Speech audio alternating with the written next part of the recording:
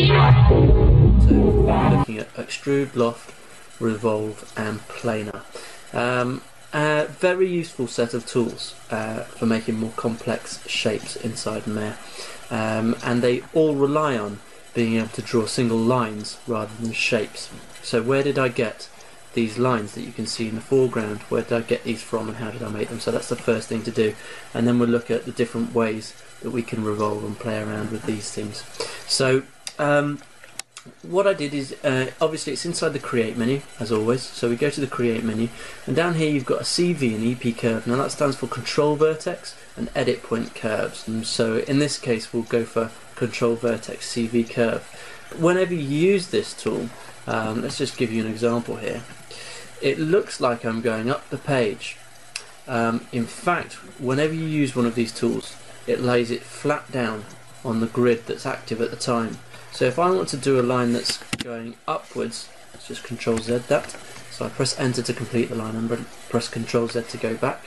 So whenever I want to go up the page or up the screen rather than flat on this plane, I need to go and find, sorry, there, the front view or the side view, and then when I start clicking and drawing, there it is, it will draw the curve directly up on that grid. You can see how it's centralized, and I can move that into the position I want. So that's how to generate curves or lines that you can then edit and loft and play around with. I can also create NURB's basic circles and squares. I've been using the circles here as a template or a starting point to generate tubes. So let's have a look at this. We'll start over at the far side here. What's going on here? So the first thing I did was I drew a circle, and then within that circle I made a planar, which is this effect. Now how have I done that? Up here you need to change your menu set to surfaces, and although we're going to generate a polygon from this shape, we're using a surfaces tool. Here's the 4 tools we're looking at today: Extrude, Planar, Loft and Revolve, and we're just going to have a look at Planar. So let's just click on the options, and you can clearly see some options here. You can see that we can generate some polygons, linear, cubic, polygons. It's up to you what you do. You can see here that it's got triangles. I always work into quads. I think quads are slightly more useful. The reason we have triangular modelling is if you want a structure that is less likely to deform. So the rigid body of a car, something like that, that's less likely to get deformed, that's when you'd use triangles instead of quads. Something like a face or something organic, you'd always want to use quads so that they could deform without negative things happening to textures on the surfaces. So I'm just going to go to quads. I'm going to click apply, and you'll see that this planar is attached. This surface is now generated across that circle there. So yeah, you can see that whenever you generate an object, the control point for that object is based at the center of the grid. So if you're wondering where is the motion, where is the move tool gone, because I'm on the move tool or rotate tool, where is it? Well, it's at the center of the grid. When you generate a new object, that's where it puts the pivot point. You can move that pivot point by pressing insert on the keyboard, insert, and move it along and centralize it using the different handles, so you can centralize it as you want.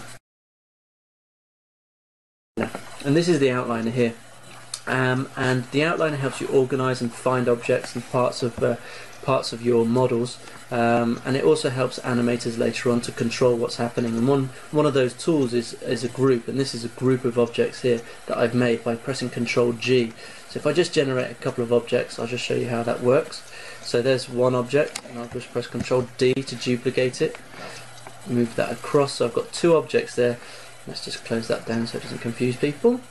So I've got 2 objects and I want to group them together. I could parent them by middle click dragging one over another, so that is now the child of the other one, or I could group them together as well. So let's just middle click that one, drag that right to the bottom, lift that ungroups them, that unparents them from each other. I select both of them. You can see how easy it is to select them in here instead of in the surface by drawing marquees around here. So and I can press Control and G, and that will group them together. And that's exactly what I've done. So I'm going to delete those. pressing delete. That's exactly what I've done with these 4 groups here, so that I could easily go and find these parts during this tutorial. So there's my parts for my planar. Let's have a look at the revolve. The Roll Revolve is next. I'm not going to go through all the options. They're basically the same in each of these, obviously with slight changes depending on what's going on. You can see the kind of shape that you can have with a revolve. Now if I select this object here, you'll notice that the pivot point I've centralized onto here, so that as it revolves it makes this kind of vase shape. I've deliberately not rotated it all the way around 360 degrees, so you can see the gap in the surface there, and you can see the kind of surface that's been generated here. This is a NURB surface, so let's just close that down and go and have a look at the options for that. So surfaces, and we're looking at revolve now, and inside the options there you can pretty much go through this and work it out for yourself. I can click on polygons, or I could have NURBs, and you can see that because we're revolving we can revolve it around different axes if we want to, or we can have a free revolving. We can rotate it around the pivot of the object, or a different preset pivot that you've set in, and there's loads of options in here to play around with and just have some fun with and see what you can do and how to revolve. So that's revolving. Just hit revolve and it would happen. I'll click apply and the option box will stay open. Okay, all you have to do is make sure that you have this line selected when you hit apply. It will make that change for you. Okay, let's just close that down. The next one, particularly useful, this one is the Loft. Okay, so I'm in the Loft group here, and you can see what I've done here is I've generated a number of different circles, and those circles have gone up 1, 2, 3, 4, and they go up in that number. So if I just go and have a look here, you can see that they're numbered in this order: 2, 3, 4, 5, 6, 7, 8, 9. It's important that they are in that order, and that they are in that order height-wise. Otherwise, when we do the Loft, you'll find that funny things happen with the surface jumping up and down in the scene. Just look how difficult it is to select all those circles without picking up something else in the background by mistake. Now I could add those to layers and then make them templates so that I didn't select them, or I can just select over here those circles, and then I'm ready to start the Loft. So I've selected them all. It does matter what order you select them in, so make sure you select them in a sensible order, and then go to Loft, and in the options there you can see that you've got again the same option of sticking it on a polygon or having a NURB surface, and you've got all sorts of options in here that you can play around with and see what happens. And there I've got my NURB surface, in this case a candlestick kind of image there. So very easy to generate multiple things. Now just have a look what happens when I resize some of these circles, because what you might not have realised is that there's a connection that the computer makes when it makes the Loft that stays in place, and that's really useful. Especially, you could imagine if I was an animator animating this object at the moment. It makes a really nice, easy way to generate some fun animations. So, some good stuff there. There is a way to get away from that. If you don't want that link anymore, if you don't want it to be deformed, simply duplicate the object, and the duplicated object won't keep that same restriction on it that the original had. Okay, so that won't animate with the others. The last one we're going to look at is probably the most useful in my eyes, extruding. And we've looked at extruding before. We've looked at extruding with a face, which you can select. Let's just duplicate this, Control D, and I'll just move that across. You can see that. So it's going through the surface there. And we've looked at extruding before, where you select faces, and what I didn't show you before is that you can actually select a face and a path, and using the polygon menu tool you can actually extrude along a path, and then you can change how many divisions there are in that, and it will follow the path. This is slightly different.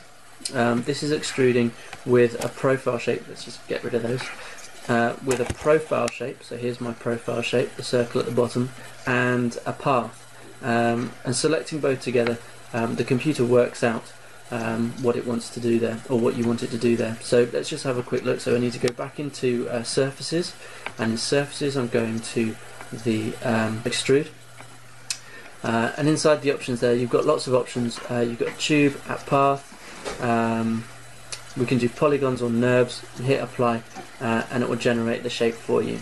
I've just shown a little example here because this is a classic example of where a NURB surface is a much more useful shape than a polygon. Just look at the number of divisions that the polygon had to be generated for the polygon when they made this, and then look at the same thing for the NURB. Now it might look as smart, if I press 3, it might look as smart as the NURB surface, but it's got many more divisions, so it's not always the best way.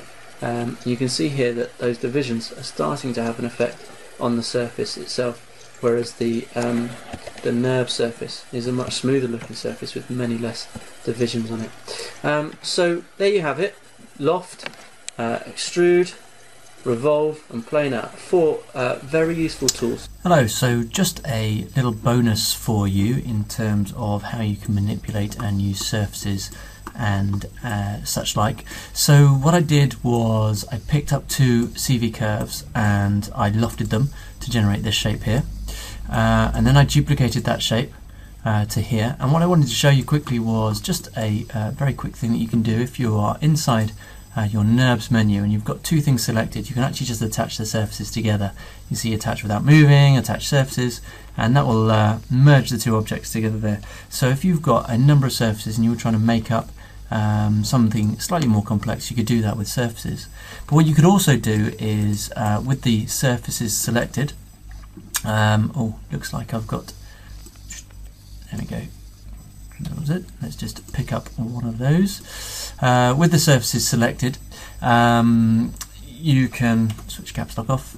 You can actually convert, so you can actually go to modify, convert, and you can convert NURBs to polygons. So if you modeled something, a shape that was easy to model in subdivs or in NURBs, you can actually use this convert NURBs to polygons to convert it. And inside the options you can make sure you switch on quads, and you've got a bit of control about how it tries to apply that. Hit tessellate and it will do it. I suppose the last thing is, if I've got the 2 polygons, how do I attach those together? Well, it's slightly more complex but not very. So if I select the 2 polygons and then go to the polygon menu set, so changing over there, the polygon menu set, you go to mesh combine, so you get the 2 as 1, and then we can pick up the vertex of the shape and we can start to merge these together. Well, now here is a merge tool, but you can also find it inside the edit mesh, and you've got merge here, and it'll start joining them together. So you can do that all the way along to attach them together. So it's just one way to control how you can merge them together. Now actually that could be quite useful in many situations. In fact, you've got a bit more control about how they join together. But yeah, one thing to be careful of is when you are trying to join together these 2 shapes, these surface shapes, make sure you've got the same number of splines and divisions across the surface, otherwise you'll find odd things happening, or it will tell you that it can't do it. So I hope that's been helpful. I'm going to leave it there. All the best.